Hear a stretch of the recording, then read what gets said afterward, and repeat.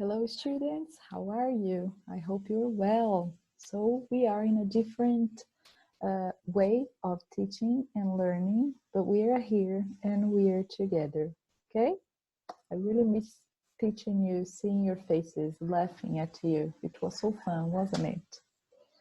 Guys, vamos lá. Vamos retomar da onde paramos. Nossa última aula foi presencial, né? Foi aquela aula em que a gente estava ainda um pouco confuso o que ia acontecer, então depois tivemos roteiros online e agora continuamos. Então a gente está terminando o livro 1, depois da lição 4 ele propõe em português mesmo o que ele chama de atividades discursivas, book 1.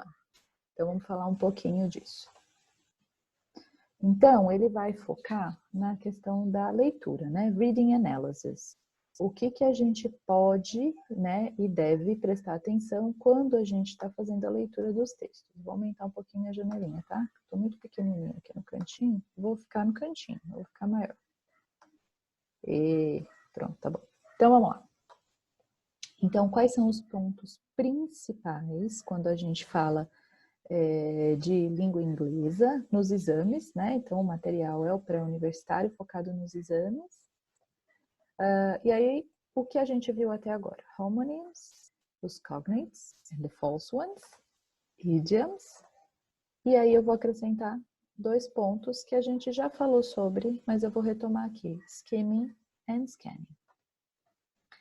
Então, esses pontos que eu levantei aqui, most important points, a gente já teve um momento, se eu não me engano foi a nossa primeira aula, em que eu falei um pouco sobre a prova do Enem, e o que normalmente era cobrado na língua inglesa.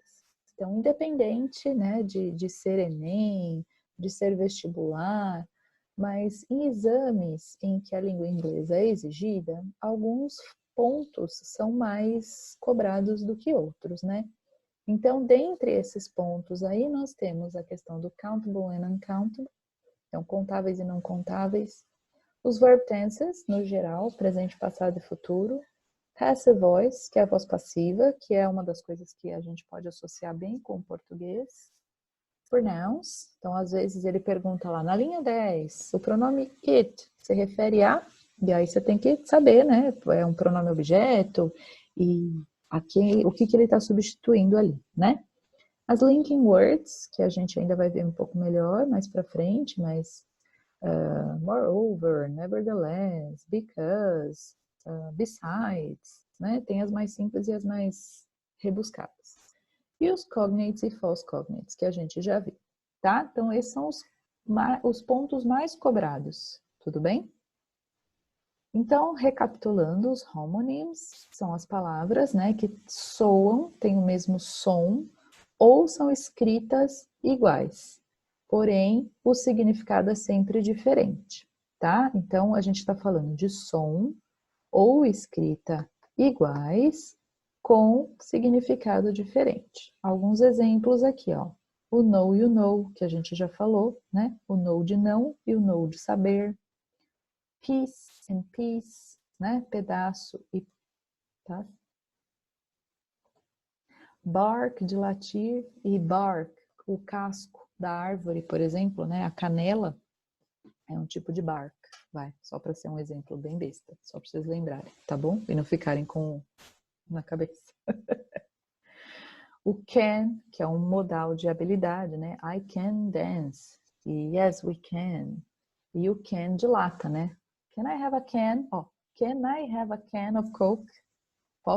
Você me dá uma lata de coca, por exemplo, né? Então, a palavra escrita é a mesma, o significado é diferente, tá? Aí, os nossos cognates, que são os nossos amigos, e tem os false cognates, que não são os nossos amigos. O livro tem uma lista enorme, vocês viram? Eu lembro que eu comentei com vocês, a gente não leu em sala, porque era enorme, a teacher ainda levou um extra handout, porque ela ama vocês de paixão, né? Mas tem, no livro tá super completo. Então são, ó, words into languages that share a similar meaning, spelling and pronunciation. Isso é um cognato. Então, quando eu falo supermarket, ele é um cognato. Ele tem mais ou menos o mesmo número de letras, ele tem a pronúncia parecida, E tem o significado, que é igual. Eu vejo supermarket, eu sei que está falando de supermercado. Isso é um cognate, um cognato. Mas é óbvio que um cognato é fácil da gente reconhecer. O problema está quando ele não é, né? Os false cognates. Então, por exemplo, ó, novel, novela. Não, não é novela. Romance. Um livro, aqueles bem, né? Assim, ó, grandão. É um novel. É um romance. E romance não necessariamente é uma love story, tá? Aí vocês já sabem porque vocês tiveram aula disso bonitinho lá com o professor, né? Pretend, esse é o clássico, a gente fala sempre, né? Pretender? Não. Pretend, fingir. Então, ele também é um false cognate, né? Perigoso, inclusive. Attend, atender. I will attend the phone. Não. Pelo amor de Deus. Não. Attend, frequentar. We haven't attended classes since March. So, we have been studying online at home. Nós não frequentamos as aulas desde março, estamos estudando online de casa, tá bom? Então, attend, frequentar. Por isso que attendance é a chamada, tá? Sort. Ai, eu tenho muito sort. Não, pelo amor de Deus. Sort, eu espero que vocês estejam rindo também, tá bom? Para eu não pagar mico. Ainda bem que não tem ninguém na minha frente aqui. Sort é tipo. What sort of music do you like? When you eat pizza, what's your favorite sort? Tá? Tipo, não tem nada a ver com sorte. Que é? Luck, né? Vocês já sabem. E professor. Professor. Ah, não é possível, teacher. Professor não é professor? Esse daqui é um falso cognato, mas ele não tá tão fora, tá? É professor, sim, claro, mas é um professor universitário. Então, eu não sou professor, porque eu atuo em escola, né? Colégio, educação básica. Mas os meus professores da pós, os professores da faculdade, do mestrado, sim, esses são professors, tá bom? Todas essas palavras estão na lista de false cognates do livro de vocês. Eu peguei lá assim, ó, pesquei de lá, tá? Tem muitas outras. Idioms, foi a última coisa que a gente viu naquele dia um pouco emblemático, né? Mas vamos retomar aqui. O que é um idiom? Nossa, quanta coisa para ler, teacher. Vamos lá. Idiomatic expression. Isso aqui eu tirei de um site muito, muito legal, que se chama Inglês na Ponta da Língua. É um professor muito bom que escreve, dá dicas muito legais. E ele está falando aqui, ele dá exemplo de uma, ó, mais perdido que cego em tiroteio. E isso é uma idiomatic expression em português. Nem sempre a que a gente tem em português a gente vai ter em inglês, tá? Talvez a gente tenha uma equivalente do português para o inglês ou do inglês para o português. Mas a mesma, igualzinha, nem todas. Eu posso dizer, por exemplo, don't cry over spilt milk. Então, não chore sobre o leite derramado, tá? Eu indiquei um vídeo para vocês assistirem, eu acho, sobre idioms, quem assistiu, mas é fácil de achar no YouTube. Idioms in Real Life, acho que é isso. É muito engraçado, muito engraçado. É besta, mas é engraçado, porque a gente vê as expressões sendo dramatizadas, e a gente sabe que não tem nada a ver, né? Não é aquilo que ela quer dizer, não é o sentido literal, mas vale para a gente guardar, né? E essa expressão aqui, mais perdido que cego em tiroteio, então vocês vão depois entrar lá no Inglês na Ponta da Língua. Eu deixei o link, acho que no arquivo de vocês, para vocês descobrirem como é que fala, tá? Não vou dar spoiler. Tem um aí, ó, para vocês pensarem, tá? Vocês vão pensar e tá aqui, ó, o link. Vocês vão clicar aqui, vocês vão receber esse arquivo, tá? E quando vocês abrirem o PPT sem a minha carinha, vocês clicam lá e aí vai direto para a página que diz como se fala essa expressão, beleza? Agora vamos falar do que não está no livro por enquanto, mas que era um assunto que a gente já discutiu algumas vezes, mas que eu ia retomar com vocês. Então, skimming and scanning. Quando a gente fala de leitura, especialmente quando a gente está falando de testes, ter técnica de leitura, isso para qualquer idioma, tá? Não só o inglês, mas isso vale inclusive para a língua portuguesa, e isso vale inclusive para os textos de geografia, história e as outras disciplinas.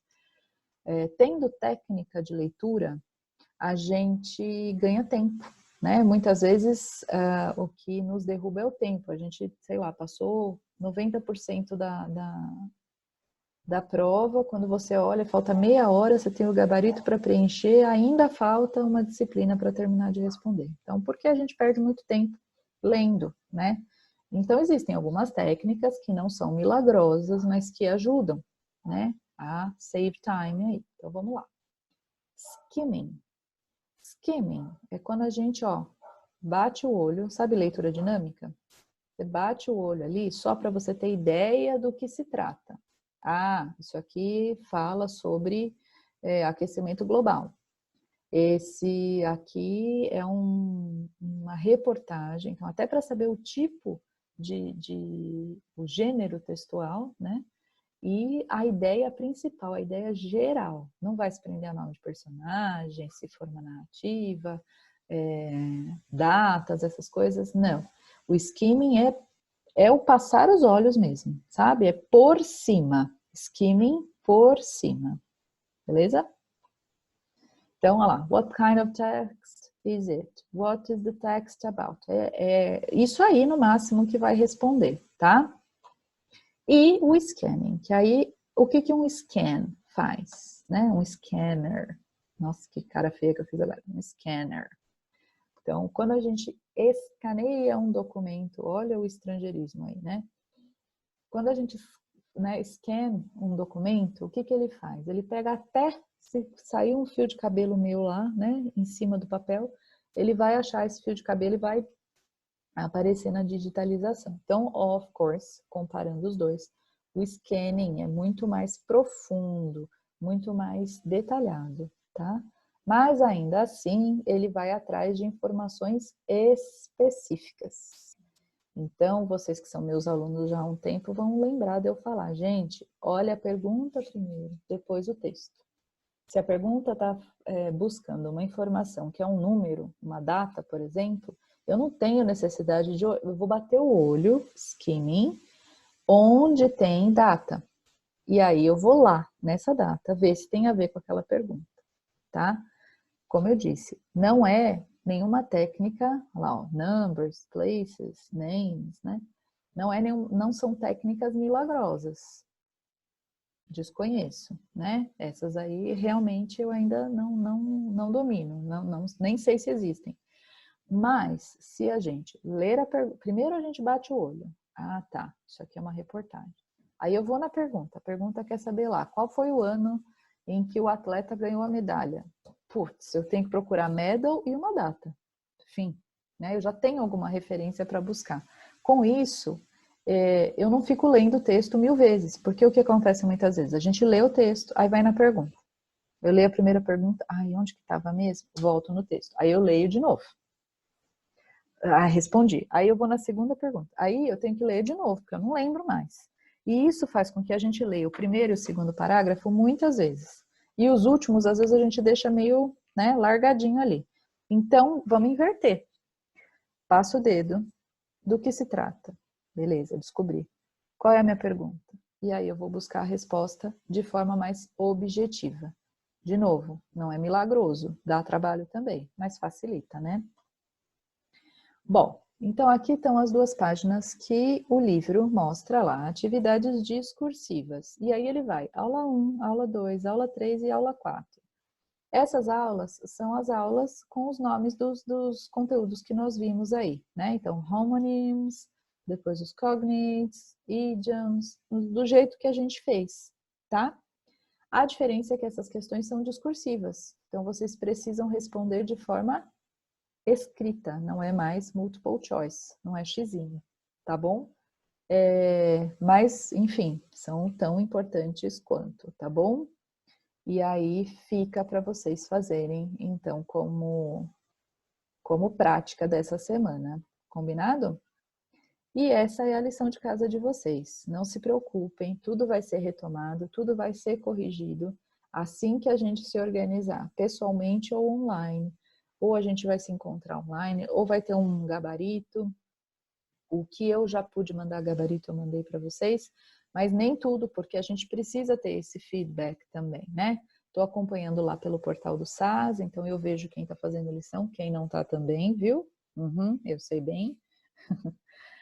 Então vão mantendo por lá por enquanto. E assim que as coisas estiverem ok, né, com relação às aulas, mantendo aqui ou pessoalmente, a gente faz a parte de correção também, tá bom? Então, vamos lá, deixa eu tirar aqui. Thank you for your attention. Thank you for your patience. Okay, keep studying. Stay at home. Stay safe. Be careful. Be with your family now. And soon we'll be back together again. All right? I miss you. I miss your faces, your smiles, your stories, and everything. But I'm sure this thing is going to be over as soon as possible, and we will get in touch again together. Okay? Thank you very much. A big kiss for you. A hug. Bye-bye.